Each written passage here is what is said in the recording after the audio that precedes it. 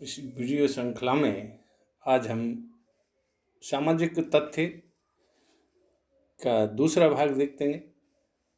पहले भाग में जैसा कि हमने सामाजिक तथ्य का अर्थ, परिभाषा और विशेषताओं की बात की थी, जिसमें दो विशेषताएं हमने देखी। इसमें दो विशेषताओं पर दृष्टि डाली, बाह्यता और बाध्यता।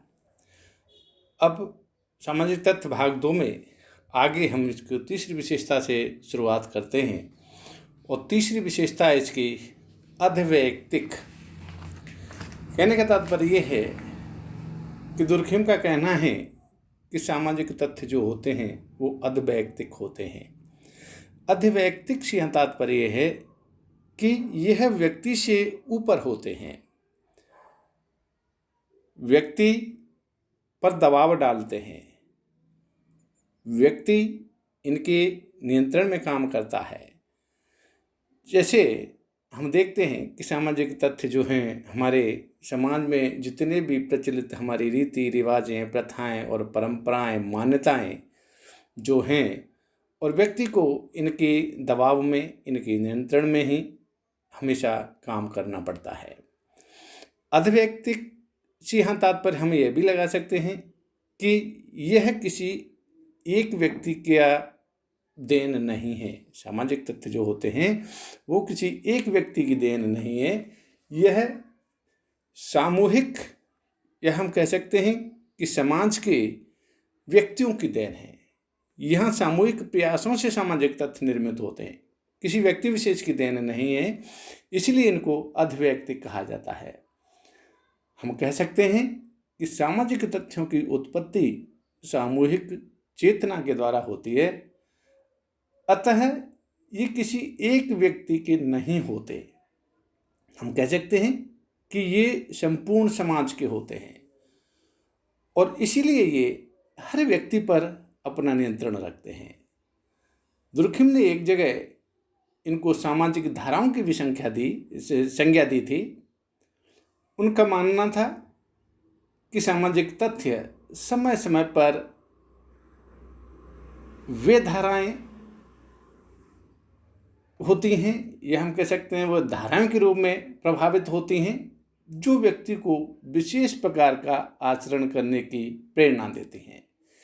यहाँ हम एक उदाहरण ले सकते हैं, जैसे बाढ़ हुआ, भूकंप हुआ, उस स्थिति में यानी एक ये समाज में ऐसी एक धारा प्रभावित होती है कि उसमें मान लो बाढ़ प्रभावित लोगों के लिए कहीं कोई हमसे कोई दान लेने वाला आता है, तो हम वहाँ देखते हैं कि हर व्यक्ति जब दान दे रहा है तो हम अपने ऊपर एक दबाव महसूस करते हैं कि जहाँ हर व्यक्ति दान दे रहा है, हमारी वहाँ इच्छा नहीं होते हुए भी हमको मजबूरन, या हम कह सकते हैं दबाव में, हमको वहाँ दान देना पड़ता है।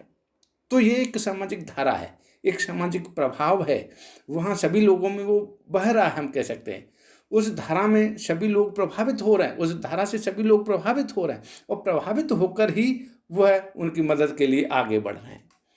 और मदद के लिए आगे बढ़ रहे हैं तो हम भी वहाँ पर यानी उस धारा में बहने का प्रयास करते हैं और उनकी मदद के लिए हम सहमत न होते हुए भी हमको वो, हम कह सकते हैं सामाजिक दबाव में हमको वो करना पड़ता है।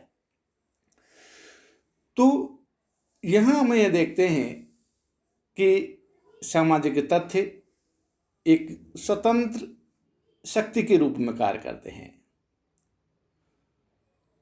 जो विभिन्न प्रथाएं, परंपराएं, रूढ़ियाँ आदि के रूप में समाज में व्याप्त होते हैं।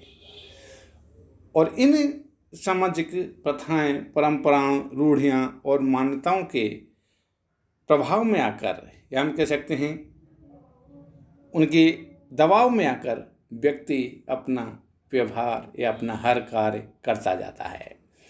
इसलिए इनको व्यक्ति से ऊपर माना जाता है और इसीलिए कहा जाता है कि इनमें अधवैयक्तिकता का गुण पाया जाता है।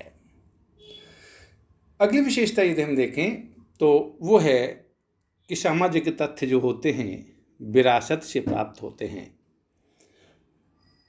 यह इसकी चौथी विशेषता है। और इसमें दुर्खिम कहते हैं कि सामाजिक तथ्य जो होते हैं हमें विरासत में मिलते हैं। विरासत से तात्पर्य है कि हमको सामाजिक तथ्य यानी पीढ़ी दर पीढ़ी हमको विरासत से प्राप्त होते रहते हैं। हमारे माता पिताओं ने अपने माता पिताओं से ग्रहण किए, उन्होंने अपने माता पिताओं से ग्रहण किए, उनके माता पिताओं ने उनसे ग्रहण किए। तो ये कह सकते हैं यह पीढ़ी दर आगे से आगे बढ़ते रहते हैं, जो कि समाजीकरण के माध्यम से व्यक्ति इनको सीखता जाता है और अपनाता जाता है, अपने व्यवहार में ढालता जाता है। सामाजिक तथ्य जो होते हैं यह किसी एक व्यक्ति की देन है नहीं, ये सामूहिक निर्मित होते हैं। सामूहिक तरीके से इनका धीरे धीरे विकास भी होता है, और विकास जो होता है तो धीरे धीरे होता रहता है और पीढ़ी दर पीढ़ी आगे बढ़ते रहते हैं। इसलिए कहा जाता है कि सामाजिक तथ्य जो होते हैं व्यक्ति को विरासत में प्राप्त होते हैं। अगली विशेषता है इसकी, सामाजिक तथ्य सामाजिक होते हैं। सामाजिक तथ्य सामाजिक होते हैं, इसमें हम यह बताएंगे कि सामाजिक तथ्य जो होते हैं किसी एक व्यक्ति विशेष की देन नहीं है, किसी व्यक्ति विशेष ने इनको जन्म नहीं दिया, किसी व्यक्ति विशेष ने इनको नहीं बनाया है।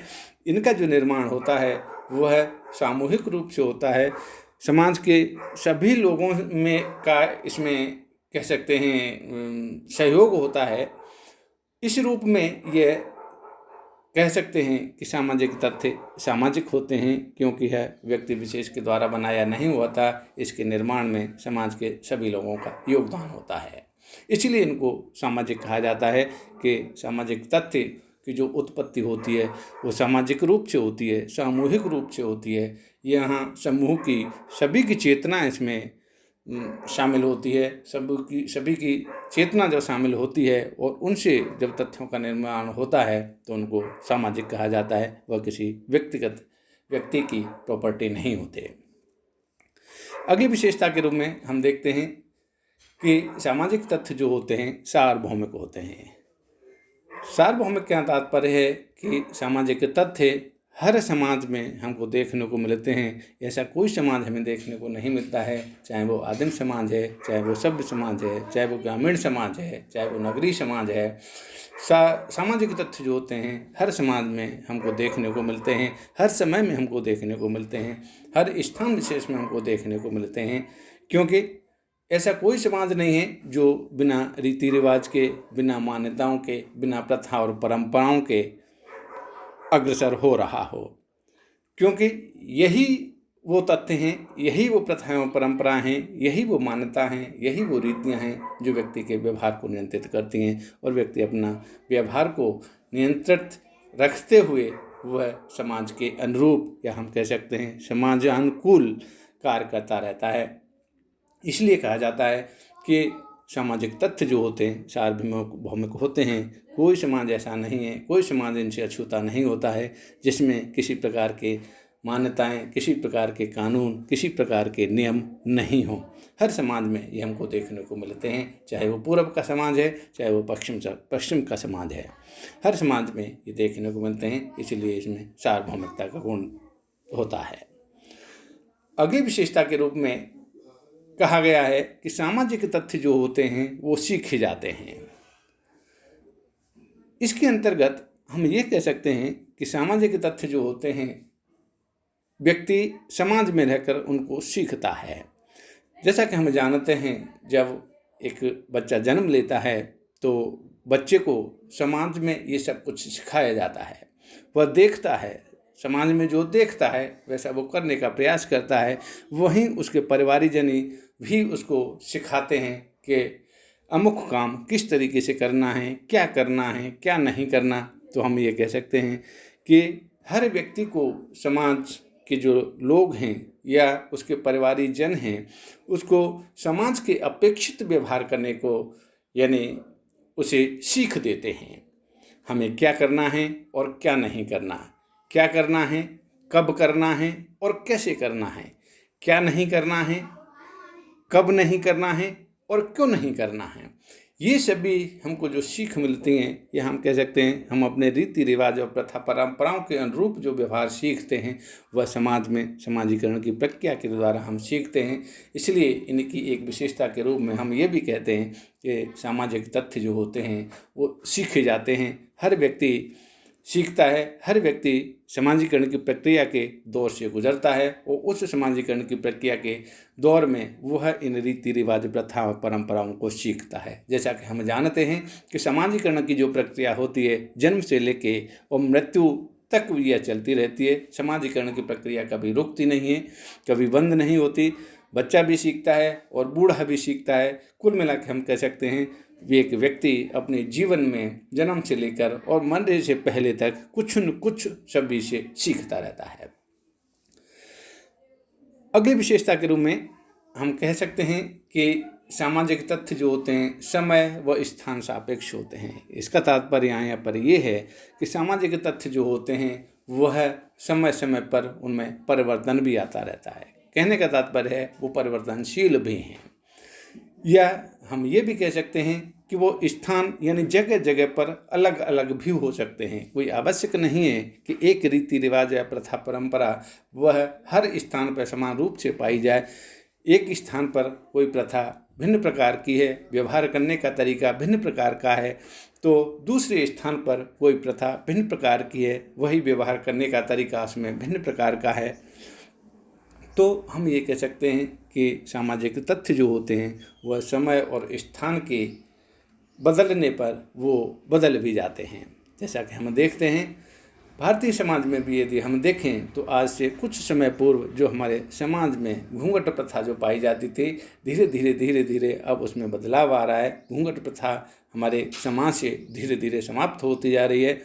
तो कभी घूंघट प्रथा जो सामाजिक तथ्य था, लेकिन अब समय के साथ साथ उसमें बदलाव भी होते आ रहे हैं।